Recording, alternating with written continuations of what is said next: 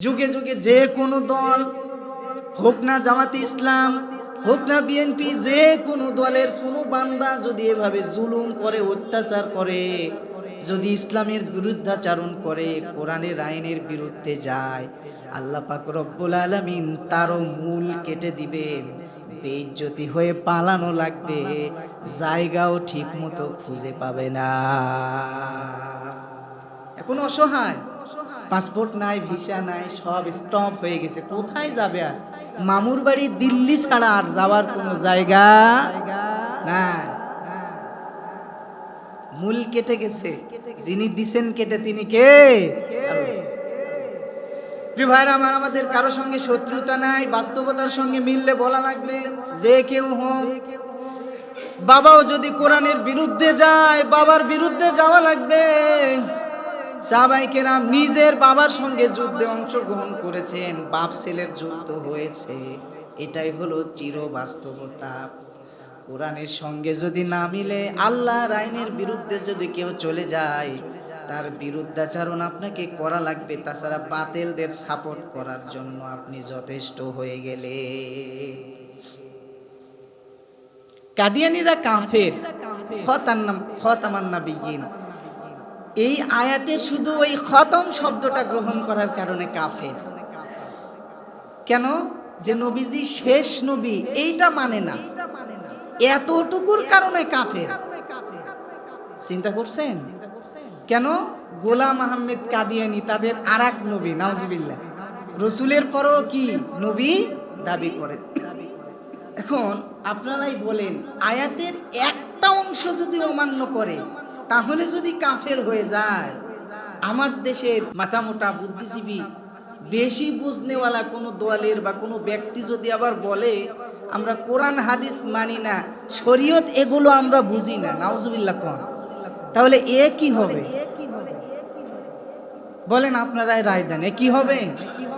এই খতম শব্দ না মানার কারণে কাদিয়ানী যদি কাফের হয়, শরিয়ার আইন মানি না, কোরআন মানি না, ইসলাম বুঝি না,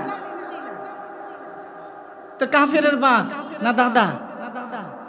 তাহলে কাফের এরা ঈমান না থাকার কারণে জাহান্নামে যাবে, তলদেশে যাবে না। যারা মুনাফিক, মুসলিম হওয়ার পরে এই ধরনের কথা বলবে, শরিয়া আইন মানি না বলবে, এরা হলো মুনাফিক। মুনাফিক হওয়ার কারণে জাহান্নামের একেবারে তলদেশে চলে যাবে। তাহলে আল্লাহর আইনের বিরুদ্ধে যাওয়ার সুযোগ নাই। আমরা সবাই কার গোলাম বলেন? আল্লাহ। গোলামি কার করব? আল্লাহ। কার আইনের পক্ষে কাজ করব আমরা? আল্লাহ। হাদিস শরীফে এসেছে,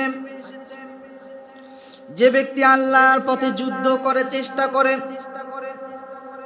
আল্লাহ তাকে সঠিক দিক নির্দেশনা দেন এবং তাকে সাফল্য প্রদান করেন। কোন সুবহানাল্লাহ।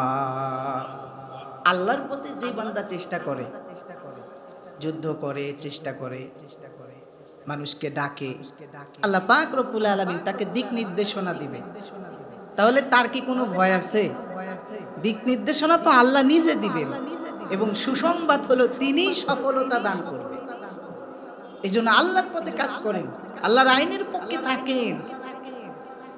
ধোকার শেষ নাই। কতজন কত রকমের ধোকা দিবে, যে এই দল, এই সেই দল, এই ভালো না, তো ভালো না, তুমি একটা ভালো বানাও, তুমি একটা ভালো দল বানাও, বড় ওলি দাবি করো, তুমি একটা বড় দল বানাও, বানায়া নাম দাও, দিয়ে শুরু করো আমরা তোমার দলে আছি। ঠিক কিনা বলে?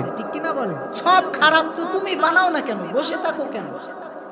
আসল কথা হচ্ছে ও বিপদে পড়বে না, চুপচাপ আছে, এই জন্য কোনো দিক যায় না, বিপদকে বড় ভয় পায়।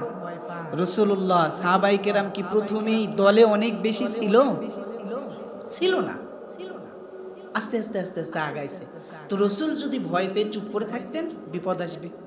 সাহাবায়ে কেরাম যদি চুপ করে থাকতেন, তাহলে কি 10টি বছর কোরআন দিয়ে কোরআন কায়েম করা সম্ভব হতো?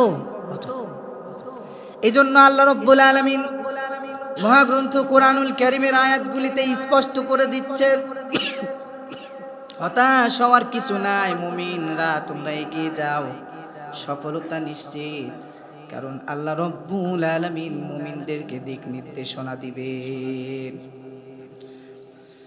وأخرى لم تقدروا عليها قد أحاط الله بها وأخرى لم تقدروا عليها এমন ভাবে জয়লাভ আসবে, এমন ভাবে বিজয় হবে তোমরা, যেটা তোমরা পাওয়ার পরে আশ্চর্য হয়ে যাবা। এমন জয়লাভ আছে যা তোমরা এখনো করতে সক্ষম হওনি। এই আয়াতের শব্দগুলি দ্বারা আল্লাহ বোঝাতে চাচ্ছেন যে সামনে তোমাদের আরো কিছু বিজয় আসে। সাহাবায়ে কেরামদেরকে আল্লাহ উৎসাহ দিচ্ছেন যে তোমরা এগিয়ে যাও, সামনে তোমাদের জন্য আরো বেশি বিজয় অপেক্ষা করছে। قد أحاط الله بها, আল্লাহ পাক এর মধ্যেই তাদেরকে ঘিরে ফেলেছেন, আটকে দিয়েছেন, বন্দী করে দিয়েছেন। যারা কাফের মুশরিক বেঈমান, তাফসিরে মুফাসসির লিখেছেন কত রকমের চক্রান্ত তারা করেছিল। উঁচু উঁচু পাহাড়গুলোতে গিয়ে এমন ভাবে তারা বাধা সৃষ্টি করেছিল মুসলিমদের বিরুদ্ধে, কিন্তু আল্লাহ রব্বুল আলামিন তাদের সব চক্রান্তকে নষ্ট করে দিয়েছেন। কদ আহাতাল্লাহু বিহা, তিনি হচ্ছেন বড় পরিকল্পনাকারী। আল্লাহ এমন সূক্ষ্ম পরিকল্পনা করেছেন। ওয়া কানাল্লাহু আলা কুল্লি শাইইন কদিরা, আল্লাহ বলছেন তোমাদের রব আমি আল্লাহ প্রতিটি বিষয়ের উপর ক্ষমতাশীল। সুবহানাল্লাহ।